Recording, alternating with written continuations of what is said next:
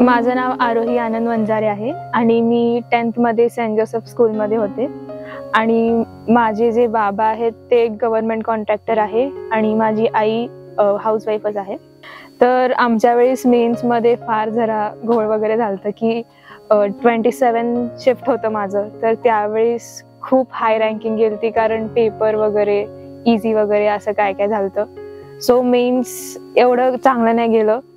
पण मी एक टिप देते की जरी मेन चांगलं नाही गेलं तरी होप्स नाही सोडायचे, कारण ॲडव्हान्सला आपण जर प्रिपेअर केलं तर होऊ शकतं. सो कधीच गिवअप नाही करायचं. दिस इज माय टिप. आणि सो मग मी करत गेले अँड ॲडव्हान्स फुली झालं. तर मी आता IIT मद्रासमध्ये naval architecture and ocean engineering pursue करत आहे. आणि सो ते सुरुवातीला जरा वाटलं की IIT कॉम्प्रोमाइज करायचं का ब्रँच. तर मी असं फार विचार केले. मग नंतर मी कन्क्लुजनला आले की IIT कॉम्प्रोमाइज अजिबात नाही करायचं. ब्रांच डझंट मॅटर IIT मध्ये. सो फायनली मी आता तिथे आहे.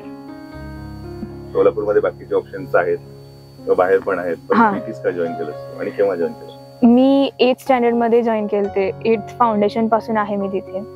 मी ऍक्च्युली स्टेट बोर्डमध्ये होते. सो मला तिथलं अभ्यास बऱ्यापैकी जमायचं. सो मग मला थोडं अजून जास्त प्रिपेअर करायचं होतं आणि माझं गोल फायनल होतं की मला हेच करायचंय. सो मग मला BT बेटर वाटले. सो मी तिथे जॉईन केले आणि मग मला त्याचा एक्सपिरियन्स छान आला फाउंडेशन पासून. मग मी 11th-12th पण तिथेच कंटिन्यू केले. 8वी मध्ये आम्हाला VKP सरांनी फार गेम्स वगैरे पण घेतलेले. एक ड्रॉप कॉम्पिटिशन होतं वगैरे, ट्रेजर हंट वगैरे होतं. सो असं मस्ती पण असायची, अभ्यास पण असायचा. छान होतं ओव्हरऑल एक्सपिरियन्स. अभ्यासाच्या मागे पण नसतात, ऍक्टिव्हिटीज पण असतात. त्याच्यामुळे माइंड पण रिफ्रेश होतं. म्हणजे काय बेनिफिट, काय त्याचा बेनिफिट काय, किंवा का ते म्हणजे त्यात पार्टिसिपेट केलं पाहिजे? कारण आपण आपलं जे फोकस आहे, जर आपण एकच गोष्ट खूप वेळा केली तर आपलं ते फोकस थोड्या ना थोड्या पॉइंटला जातं. सो आपल्या माइंडला प्रत्येक वेळेस दुसरं काहीतरी लागतं. सो त्याच्यासाठी ते गरजेचंच आहे. आणि असं नाही की प्रत्येक वेळेस त्याच्यातच टाइम वेस्ट करायचं.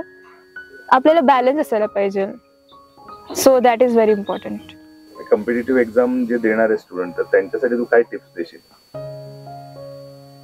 माझे टिप्स हेच असेल की जरी खूप डिमोटिवेशन होणार आहे आपल्याला स्टार्टिंग स्टेजेसमध्ये, तर एका टेस्टमध्ये किंवा एका ग्रँड टेस्टमध्ये किंवा मेन्समध्ये जरी मार्क्स कमी आले तरी गिवअप नाही करायचं आणि जास्त ट्राय करायचं. ॲट सम पॉइंट आपल्याला काही ना काही तर अचीव्ह होणारच आहे. एक शेवटचा प्रश्न असा की म्हणजे प्रीमियम कॉलेज आणि रेग्युलर कॉलेज मधलं काय डिफरन्स तू सांगू शकतो? म्हणजे का ट्राय करण्यासाठी IIT साठीच हे करायला पाहिजे, किंवा मग टॉप कॉलेजमध्ये का जायला पाहिजे स्टुडंट्स म्हणजे एफर्ट्स घेताना? तर त्याच्याबद्दल तुझं काय पॉईंट ऑफ व्ह्यू आहे? म्हणजे प्लेसमेंट वगैरे तर असतातच किंवा ऍटमॉस्फिअर असतं, पण तुझं काय त्यात तू काय ऍड करू शकतो त्यात? जर आपण टॉप कॉलेजेसमध्ये बघितलं तर आपल्याला तिथं खूप जास्त ग्रेट एक्सपोजर आहे. म्हणजे आपल्याला स्टार्टिंग अर्ली स्टेजमध्ये माहित नसतं की आपल्याला पुढे जाऊन काय करायचंय.